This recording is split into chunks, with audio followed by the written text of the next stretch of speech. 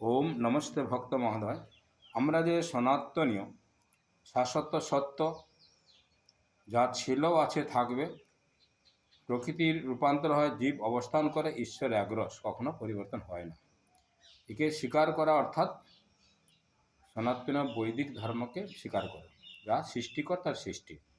আমরা কি সৃষ্টিকর্তাকে মেনে চলি? বিবেককে একটু জিজ্ঞাসা করে দেখি। একটু চিন্তা করলে আমরা নিশ্চিত রূপে আমরা অবশ্যই বুঝতে পারবো সৃষ্টিকর্তা ঈশ্বর সৃষ্টি অসংখ্য বৃক্ষ লতা কীট পতঙ্গ পশু পক্ষী দেখে বোঝা যায় আলাদা প্রজাতি। বৃক্ষলতার গুণাগুণ আলাদা, আমিষ ও নিরামিষ ভোজী পশু পক্ষীর গুণাগুণও আলাদা দেখতে পাওয়া যায়। আমিষভোজী পশু চোখ বন্ধ করে জন্মগ্রহণ করে, অল্পতে হাঁপিয়ে পড়ে, যেটা আমরা সহজ উপায় কুকুরকে দেখে বুঝতে পারি। নিরামিষভোজী প্রাণী চোখ খুলে জন্মগ্রহণ করেন, ধৈর্য ক্ষমতা যথেষ্ট গুণের বেশি, যেটা আমরা গোমাতাকে দেখে অনুভব করতে পারি এবং কুকুরকে দেখেও অনুভব করতে পারি অল্প রৌদ্রুতে হাঁপিয়ে পড়ে। মানুষের সঙ্গে কেবলমাত্র কথা বললে বোঝা যায় কোন মানুষ বিদ্যা ও শিক্ষা কতটা এগিয়েছেন। বিদ্যা এবং শিক্ষার উঁচু নিচু থাকে, মানুষের উঁচু নিচু কই থাকা আমার বিবেকে সায় দিচ্ছে না।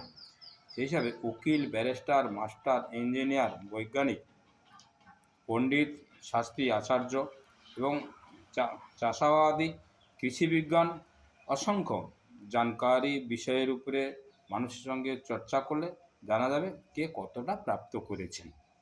সবার সব কিছু প্রাপ্ত করা সম্ভব নয়।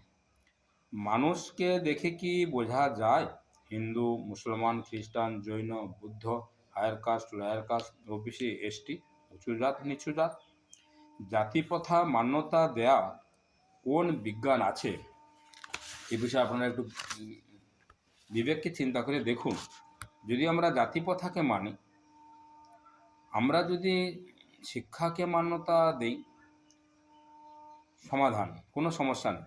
আর যদি উঁচু নিচু জাতিকে মান্যতা দিয়ে থাকি, উঁচু নিচু জাতি উচ্চ পদ অধিকারী পদ পায় কী করে? যে বিবেককে জিজ্ঞাসা করুন। আমার তরফ থেকে বলছি না, আপনাদের তরফ থেকে বলছি। তারপরে আসি ধর্ম।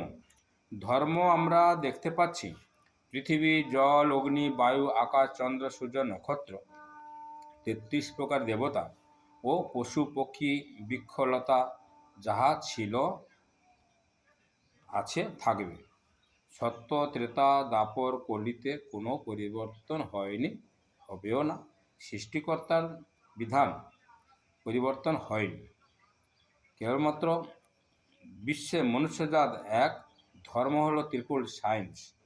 এক, পদার্থবিদ্যার দ্বারাই সুস্থ থাকা যায়, চৈতন্য বিদ্যার দ্বারাই সম্প্রীতিতে থাকা যায় এবং ব্রহ্মবিদ্যার দ্বারা শান্তিতে থাকা যায়। মূল কথা মানবের ধর্ম, মনুষ্যতা, মানবতা। এবং আমরা যদি ধর্মান্তর চিন্তা ভাবনা করি, তাহলে জলের ধর্ম থেকে যদি ধর্মান্তর হয়ে যায়, জলের তৃষ্ণা নিবারণ হবে না। আর মাটির ধর্ম যদি ধর্মান্তর হয়ে থাকে, মাটি থেকে কখনো বৃক্ষলতা গোলমচাঁদি ফসল উৎপাদন হবে না। তা কি সত্য? নিশ্চিত রূপে না। কখনো কোনো বস্তু ধর্ম পরিবর্তন হয় না, হবে না। স্ব স্ব বস্তু স্ব স্ব ধর্ম ছিল আছে থাকবে। এখন বেদ কি আজ্ঞা দিচ্ছেন? মনুর্ভব অর্থাৎ সমস্ত মানব কুলকে মনুষ্যতা লাভ করতে বলা হয়েছে। বেদ বলে বিশ্বানি দেব সবিতা দুরিতানি পরাশবেদ বর্তন্তান্নাস। বিশ্বের সৃষ্টিকর্তা ঈশ্বরকে উপাসনা করার কথা বলা হয়েছে এবং আমাদের মধ্যে দুর্গুণ দুর্ব্যসন দুঃখকে দূর করার কথা প্রার্থনা করার কথা বলা হয়েছে। বেদ বলছে সংগচ্ছদং সংবদ্ধং, অর্থাৎ সমস্ত মানুষকে সঙ্গে নিয়ে একভাবে সংগঠিতভাবে চলতে বলা হয়েছে। বেদ বলে সর্বে ভবন্তু সুখিনা, অর্থাৎ শুধু মানব নয়, যত কীটপতঙ্গ থেকে জীবজন্তু রয়েছে সমস্ত প্রাণী জগৎকে সুস্থ থাকার জন্য প্রভুর কাছে প্রার্থনার কথা বলা হয়েছে। বেদ বলছে তৃণবন্ত বিশ্বমার্জম, বিশ্ববাসী মানুষকে ধর্মশীল এবং জ্ঞানীর কথা পাওয়ার কথা বলা হয়েছে।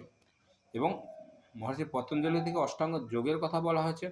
আমাদের যে একাদশ ইন্দ্রিয় আছে, ইন্দ্রিয়কে কেবলমাত্র এই যোগের মাধ্যমে সংযত করে সঠিক পথে পরিচালনার কথা বলা হয়েছে, করে আত্মা কল্যাণের কথা বলা হয়েছে।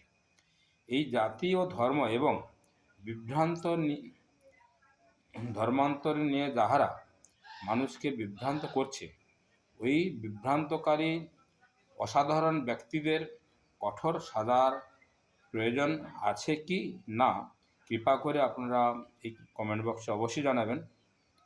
ধর্ম কখনো দেওয়া যায় না, নেওয়া যায় না, অথচ ধর্ম মান্যতা দিচ্ছি। আর মানুষের কখনো হিন্দু, মুসলমান, খ্রিস্টান, জৈন, বুদ্ধ কখনো কোনো বিজ্ঞানও নেই, কোনো যুক্তিও নেই, অথচ সেটাকে মান্যতা দেওয়ার জন্য আমাদের আজকে দুর্ভোগ এর পথে আগাতে চলছি। এর থেকে সমাধান একটাই পথ, সৃষ্টিকর্তার সৃষ্টি বেদ, বেদকে মান্যতা দেন। ওম নমস্তে।